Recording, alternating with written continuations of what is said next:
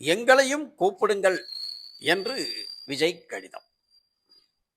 தமிழகத்தில் தேர்தல் கமிஷனால் நடத்தப்படும் அனைத்து கட்சி கூட்டங்களுக்கு எங்களையும் கூப்பிடுங்கள், அழையுங்கள் என்று நடிகர் விஜயின் தமிழக வெற்றி கழகம் டெல்லி தேர்தல் ஆணையத்திற்கு தமிழக தேர்தல் ஆணையத்திற்கு அறிவுறுத்தும்படி கடிதம் எழுதியுள்ளது. தமிழகத்தில் அரசியல் கட்சிகளுடன் நடைபெறும் ஆலோசனை கூட்டங்களுக்கு தமிழக வெற்றி கழகத்தை அழைக்க வேண்டும்.